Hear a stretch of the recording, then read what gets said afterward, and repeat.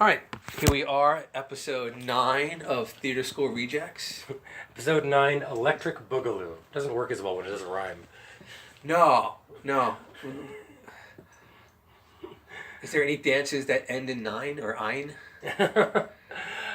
We'll make one up. We'll come up with one, and it'll fail miserably. Like Electric Waltz? Electric Waltz. That seems like something that would take off in the steampunk community. Have you been to a steampunk convention or a steampunk ball? No, just every single one of my friends has, and I should have. I mean, I have the ridiculous mustache for it. You would do well. Oh, man. So, well, I guess. I mean, like, everyone who's listening to this podcast probably already knows, but maybe some don't. I've had, like, back surgery, which has fucked up my spine forever. And I was at the steampunk ball, and a girl asked me to dance with her. But it was a polka, which involved kind of like jumping up and down. I don't know if you ever polka before, like in a formal polka, not like accordions. I'm talking about like Victorian era polka. I'm not familiar, no. And it was just like, I'm not even jump up and down, but it involved like lots of fast moving. And I was like, I'm too crippled to polka. Like a girl asked me to dance, and she was like half pretty. And I was like, oh, and we could have gone somewhere. And you know how few those opportunities are for me. And I'm like, I can't even handle a steampunk convention. That's my level of physical ability right now. Used to cage fight, now I'm not up to steampunk. Well, that'll happen when you have screws in your back. I know, but man, it's like I didn't have enough handicaps before. Like I wasn't facing life with anxiety and other issues. Yeah. That's the thing. Our social group is very, very friendly, very, very physically demonstrative. I like to say I put the monster in demonstrative. A lot of enthusiastic hugging goes on. People will pick each other up when they can. Which is to say, so Doug comes up with screws in his back, and it's kind of like have to wave people off. It's like, all right, fist bumps,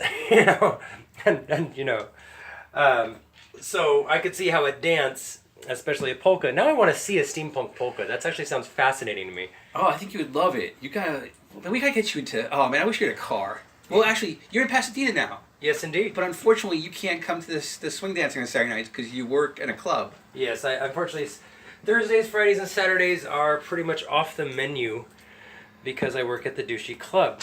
However, there was Wastelanders Ball, which happens in the middle of the year, not at Wasteland. Yeah, and Abney Park plays there, who plays steampunk conventions. Yes, indeed, and that was a lot of fun. I've got them on my Spotify now. They're a lot of fun. Them and Steam Powered Giraffe. I don't know if you've experienced them. No, but you mentioned them. Yeah, so that's definitely I think those are the two main components of the steampunk playlist, actually. Oh well, yeah. So I mean, definitely you should ask them to do a polka at the steampunk the Wastelanders Ball, and I'm sure they'll play something. Yeah, it wasn't very Wasteland, I feel, because they were doing a swing dance instruction, which was great. That they're doing any kind of dance instruction at this event, and all these people dressed like the formal variant of Mad Max Rejects. What was a ball? They couldn't exactly have the mosh pit. Abney Park, I don't think plays punk rock. Yeah. Well, when Attack played, Attack being they're my favorite band that I know personally. They're the kind of the house band of Wasteland. There was a little bit of moshing when they came on. Those are really good guys who may someday listen to the podcast. Hey guys, hey Tim. We give you a shout out. Yes, you guys. If you ever get a chance to check out Attack, it's All Hail the Crimson King, so it's not spelt correctly. Highly recommend them if you like that sort of crunchy metal post-apocalyptic rock kind of sound. We have 5s of listeners. Yes. In the single digits. At some point, I do hope to break out into the double digits, and then we can rake in that fat. No, there's no money in the double digits. No, you need 20,000 downloads to be eligible for advertising on Libsyn. Get on it, people. We're in this for the love of it. So, I was thinking today we might talk about some 80s movies, because that's something both Doug and I have experienced a lot of. Being, being expatriates, refugees from the 80s ourselves. Time moves on, but we don't. So something I find fascinating is that, and I referred to that at the beginning, is the break into Electric Boogaloo, which I actually had the good fortune to be at the premiere of as a small child. How? Who did you know? You didn't have to know anybody to be at that premiere. You had to be around. They were giving out tickets. I don't think they were counting on a lot of success of the sequel to the hit movie Breaking, which was hit movie in lots of air quotes. I've never been to a premiere. Have you been to any other premieres? I have been to... Oh, you want to talk about bad movies? Have you ever heard of Neil Breen? You and I off the air were discussing The Room, and Tommy Wiseau is the renowned terrible movie maker. Neil Breen is his contemporary. Neil Breen makes just amazingly bad movies. I got to be at this premiere thanks to my buddy Bobby. Introduced me to the magic that is Neil Breen movies. If you like bad movies, just Google up Neil Breen, Breen, and you will not be disappointed. And he was there, this guy, and he was so wrapped up in his vision, and I swear he thought everyone was there to like praise his vision, where everyone's laughing through the whole thing, but at the end of it he's giving a lecture on what the very bad CGI tiger, what the like metaphor behind that was, and everyone's like doing a great job of just being so kind and be like, oh no, it's so brilliant, we'd love to tell us about it, because they didn't want to say, oh, it's because you're fucking insane. that's the metaphor. So highly recommend that. What's the best bad movie you've ever seen? I don't know. I'm not like a fan of bad movies, but there are movies that I think are good that other people think are bad. Like, I'm a huge fan of Tromeo and Juliet. Oh, which yes. I'm going to talk about for a bit, because we're on this. And it came with a tagline, Romeo and Juliet, with all the car chases and lesbian sex that William Shakespeare would have put in, but they hadn't been invented yet. Like, if you watch the movie, that's how they introduce it. Like, there's a brief moment where it comes on and the producers say, this is what we're doing. I'm actually a fan too. You know, you gotta love anything that involves Shakespeare and a 3-foot penis puppet. Oh, I hate that part. Oh, and the severed head, when the head plays on the radio table. Yeah. Well, but you love the movie. It's a parody of the modern day Romeo and Juliet that came out in the 90s. I enjoyed it. I wouldn't say I love it, but I enjoyed it. So we watched it together, I think, either in the theater or on home video. Yeah. You were watching it because like you were like saying one of the characters was like Lil Cat. Yes. Well, there's a lot of characters like Little Cat. mostly was Bram Stoker's Dracula. But anyway, so Between the is directly a parody of that particular version of Romeo and Juliet. But I love it on its own terms. The nurse and Juliet having sex, and the fact that Romeo and Juliet don't die in the end. Like, you might say that's a cop out. I think it fixes it. Who the hell is happy seeing Romeo and Juliet kill themselves? Who's like, well, I'm glad that's how it ended. Yeah, it's true. It's a little bit masochistic. I'm serious. Like, that part right there, they fixed Shakespeare. Oh, Shakespeare, yes. I think it was Rowan Atkinson who did it was a special about Blackadder going back in time. Did you see the final special they did? Which he actually... Back and forth? I believe that was it. Yeah, I saw it, yeah. Yeah, in which at one point he just punches out Shakespeare just on behalf of all English students everywhere. that was Let's talk about Blackadder for a bit. We'll come back. Okay, put a pin in. We'll come back to Tromeo and Juliet. Actually, let's not be ADD today. Aw. Let's continue on Tromeo and Juliet, and then we'll talk about Blackadder, which I also love. Well, I love that it's narrated by Lemmy from Motorhead. Tromeo and Juliet's narrated by Lemmy? Yes, that's actually the first time I ever saw him was in that movie. Before realizing, he was that was, the Lemmy of rum and coke fame, I guess. I made the mistake of watching that movie on mushrooms. Oh, jeez. Not the first time. Wait, maybe the first time. No, I think it was the second time. I think I was watching it. I was sharing it with a special romantic partner, and that person was really into drugs because they weren't into conversation. And so, because I was like seriously whipped, I went and got mushrooms for us because that's what I do when I'm in love. So I think everyone at this point is just screaming at their computers or whatever, listening on, you do mushrooms in nature, which let me just, on your behalf, people, let me just say, you do mushrooms in nature. That's what they're for. I didn't do it for the mushrooms. I had no interest in the mushrooms. Sometimes there's give and take in a relationship.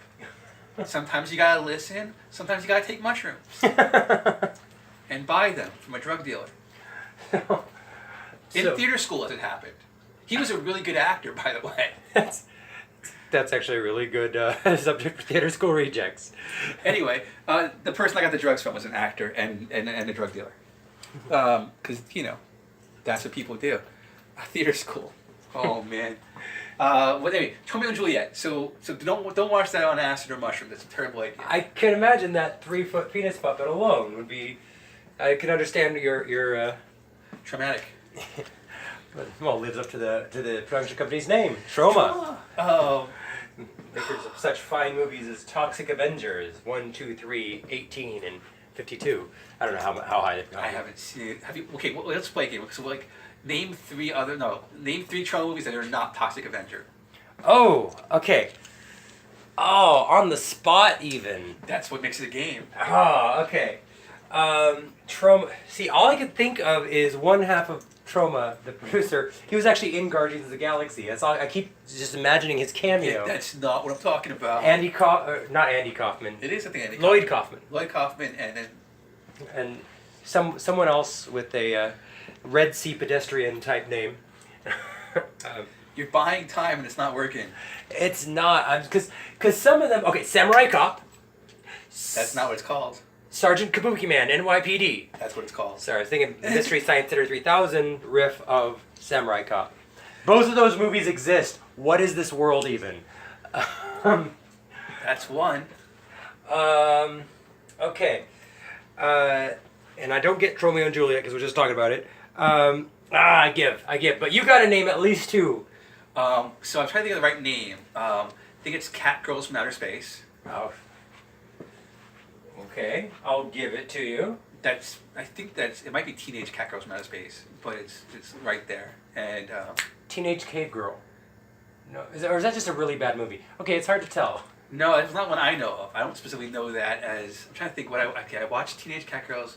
I watched Sergeant Kabuki Man. I watched Tromeo and Juliet. Didn't he do Surf Nazis Must Die? Yes, they did with Leslie Nielsen, I believe. Oh, Leslie Nielsen. I don't know if that. Well, either way, I think that's Troma as well. Surf Nazis Must Die. Okay, well, you win on the Troma front because that's okay. I'm still hurting from not knowing Grebo. Yes. That was our comments. Our comments has been it's Grebo, you idiots. Yes, fair play. We were idiots. Who's that? That's Amelia, right? Your gaming friend. Thank you, yes. Amelia. We'll take that. That's the best comment we've got so far. Yes. It's Grebo, you idiots. Yes. Thank you, Sharon Noble. Shout out to her wasteland name. But from Troma though, you were talking about Blackadder. Yes, Blackadder, good old Rowan Atkinson in the much superior to Mr. Bean. I don't understand why people are all into Mr. Bean when Rowan Atkinson did the beauty that is Blackadder. Have you seen all 4 seasons? Yes, up to Goes Forth. No, I've missed the one with King George. The third season. Yes, it's all on YouTube. I need to check that out. I will admit the first season is rough. It's very different thematically than the following three seasons. Is that 2 through 4, Blackadder is smart, he's capable, he's in control. In season 1, he's the complete opposite. He's a goober. Yes. Also, the death he goes through is just still haunts me to this day. If you're into alluded to gore, not on screen, but alluded to, yeah, it's pretty significant. But I like season 1. It's very Shakespearean. Mm-hmm. Like Richard III is there, a horse, my kingdom for a horse. Who will rid me of this troublesome priest? Oh, so I don't think it's my post on Facebook, but I was like, is Trump's do something the echo of will no one rid me of this meddlesome priest? Yes, that's true. And here's hoping no one kills Mueller, yes. like they did. I feel, I don't know, part of me really wants to avoid talking about Trump.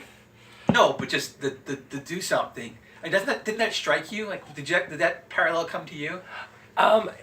I don't. It's too classy for him.